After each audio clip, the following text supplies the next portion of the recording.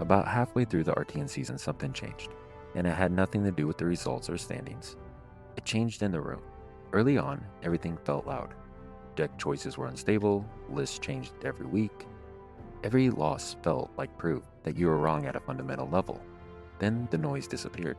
Players stopped second-guessing their registrations, decks stopped getting rebuilt from scratch, and the game slowed down. Not because the format got easier, because the margins got thinner. Matches stopped ending on surprise turns. They ended on one extra block, one better pitch, one decision made 2 turns earlier. That was the moment I realized this RTN season was not about finding the right answer. It was about seeing who actually trusted themselves when the game stopped giving you excuses. So let's get into it.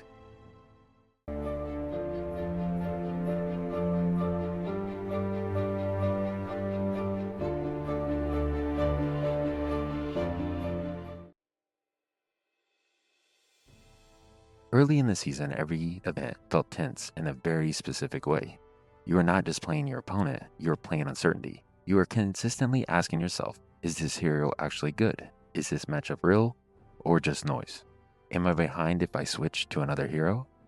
Every loss felt like it might mean you were on the wrong deck. But the back half of the season, that feeling disappeared. Not because the format got easier, but because people committed. People stayed on heroes longer, lists got tighter, and the difference between winning and losing stopped being on what you registered and started being on how you played the last few turns of the game. If you actually played this RTN season, you might have felt this shift, like I did. The most honest way to describe this RTN season is almost the least exciting one. The format was wide and not spiky. There was no runaway heroes. There was no forced registration. There was no week where you felt locked from making the wrong choice. What we saw instead was a rotation of comfort picks, counter picks, and execution heavy decks. And this is where a lot of people misread the season. When people say RTN season felt solved, what they actually mean is the hero spread stopped changing dramatically. That doesn't mean that the format was solved. What actually happened was maturity. Players committed to heroes they trusted. Decks stopped changing at the margin and started improving internally. Matchups matter more than raw power. That is not stagnation. That is a format growing up. Week 5 is interesting precisely because it does not change anything. If you look at the final week next to the full season, what you see is reinforcement, not disruption. Players who stayed the course tend to do well. Players who made last-minute pivots often paid for it. There were surprises at individual events, but structurally, Week 5 told us the same thing the season had already been saying. By that point, RTN was no longer about discovery. It was about execution. If you were still looking for answers in Week 5, well, you were too late. This RTN season rewarded a very specific kind of player. First, it rewarded comfort.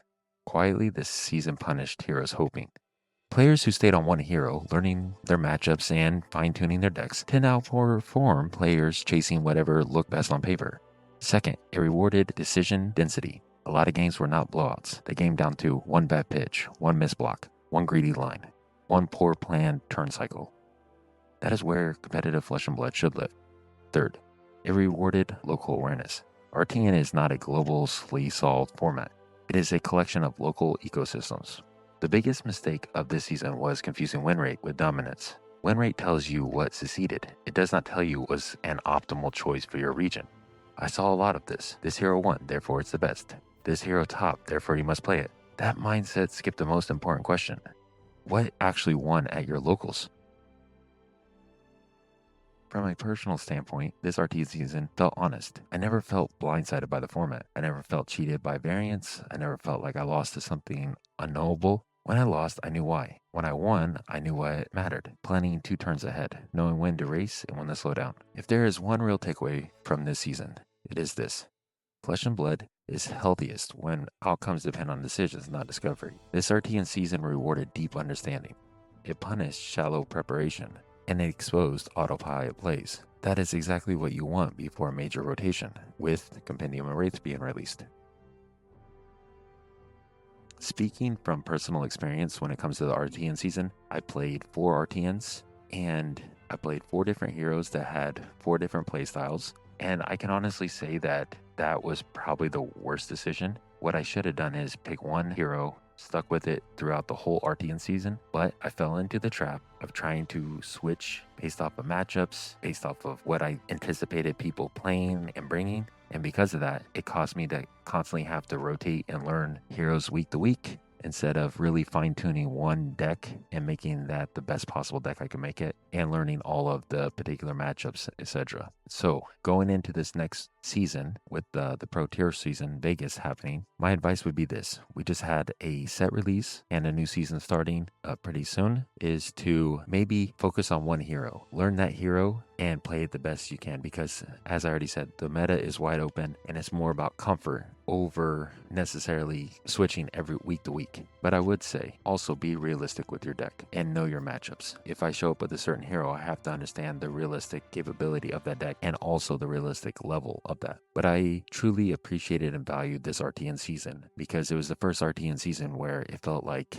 any hero had a chance to win, and it really felt like the meta was wide open. Now, as I mentioned in my last video, clearly there was the 3 best heroes, but those matchups were not unwinnable. You just had to know how to maneuver around them and know how to win, which can sometimes be tricky. But RTN season is over, not with a collapse, not with a dominant villain, but with clarity. If you played this season, you learned something. Even if you did not qualify, and even if you did not play, this season still shows us what competitive Flesh and Blood look like when the format is allowed to breathe. That is worth sitting with. But that's all I got for you guys today. Like, subscribe, and I'll see you on the next one. Thank you.